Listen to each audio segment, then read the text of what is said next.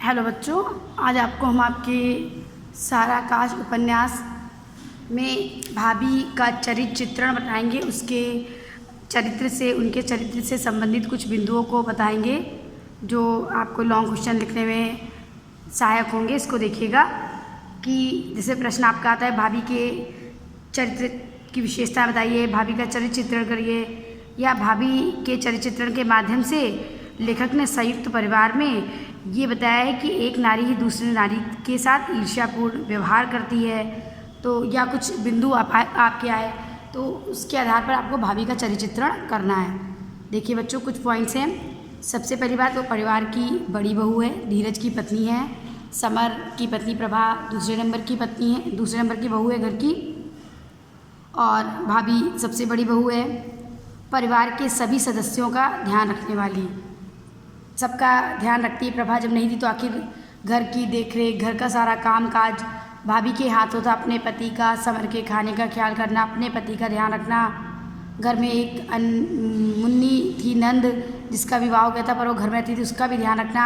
अम्मा बाबूजी का, सबका ध्यान रखने वाली एकमात्र पहले बड़ी भाभी ही थी। परिश्रमी, बहुत मेहनत करने वाली थी भाभी, बहुत परिश्रमी थी। उसके चरित्र का तीसरा गुण है। लेकिन जलन का भाव रखने वाली, भाभी जलन का भाव रखने वाली थी। उनके लिए इतना काफ़ी था कि मोहल्ले की औरतों ने आकर के प्रभा की तारीफ़ कर दी थी। तो वो इस बात से प्रभा से बहुत जलन रखती थी, ईर्ष्या करती थी, चिढ़ती थी कि प्रभा एक तो पढ़ी लिखी थी, दूसरा देखने सुनने में उनसे सुंदर थी। तो इस बात की भाभी को प्रभा से ईर्ष्या थी, इस बात से ईर्ष्या थी। भड़काने वाली, भाभी भड़काने वाली महिला थी। वो बात बात पर समर को प्रभा के खिलाफ भड़काती थी, चाहे खाने वाली बात हो, चाहे प्रभा के ना बोलने वाली बात हो, तो किसी बात पे समर को भड़काया करती थी।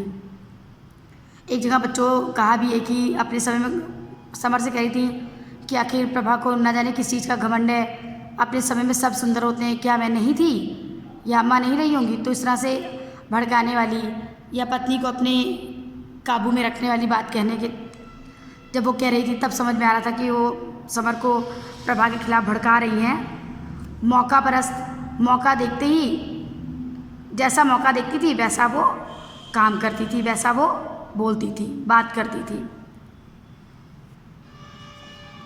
अम्मा बाबा जी को भड़कते देखकर उनको भड़काती थी, समर को शांत करती थी। तो जैसा मौका देखी वैसा वो काम करती थी।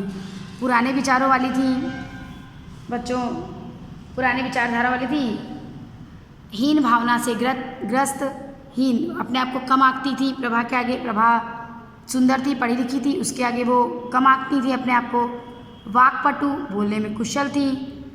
जली कटी सुनाने वाली थी, और वो जब देखो तब जली कटी सुना देती थी। बहुत गुस्सा आ जाती थी। एक बार घर में बहस होने पर अपनी बच्ची तक को उन्होंने खाट पर पटक दिया था। खाना बनाने लगी थी, प्रभा को हटा करके। सास की सेवा करके उसे अपने पक्ष में करने वाली, भाभी सास की सेवा तो करती थी और साथ में इसी सेवा के बल पर अपनी सास को अपने पक्ष में किए रहती थी। जबकि भाभी से ज़्यादा काम प्रभा करती थी, लेकिन प्रभा के पक्ष में कभी भी सास नहीं रही, और भाभी केवल सास की सेवा करके उनको अपने पक्ष में कर लेती थी। जादू टोने में विश्वास करने वाली, उन्होंने प्रभा को, अम्मा उन्होंने धूनी दिलाई थी संतान प्राप्ति के लिए। बड़प्पन का भाव रखने वाली, अपने आप को बहुत बड़ा समझती थी, घर की बड़ी बहू थी, बड़ा समझती थी।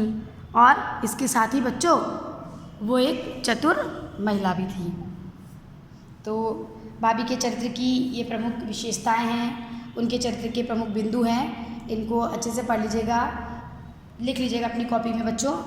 ध्यान दीजिए फिर से, परिवार की बड़ी बहू, एक पॉइंट, परिवार के सभी सदस्यों का ध्यान रखने वाली, परिश्रमी महिला, जलन का भाव रखने वाली, भड़काने वाली महिला, मौका परस्त, पुराने विचारों वाली, हीन भावना से ग्रस्त, वाक्पटु, जली कटी सुनाने वाली, सास की सेवा करके उसे अपने पक्ष में करने वाली, जादू टोने में विश्वास करने वाली, चतुर महिला, बड़प्पन का भाव रखने वाली। इसको बच्चों याद कर लीजिएगा और लिख करके रख लीजिएगा। Okay, bye and take care everyone.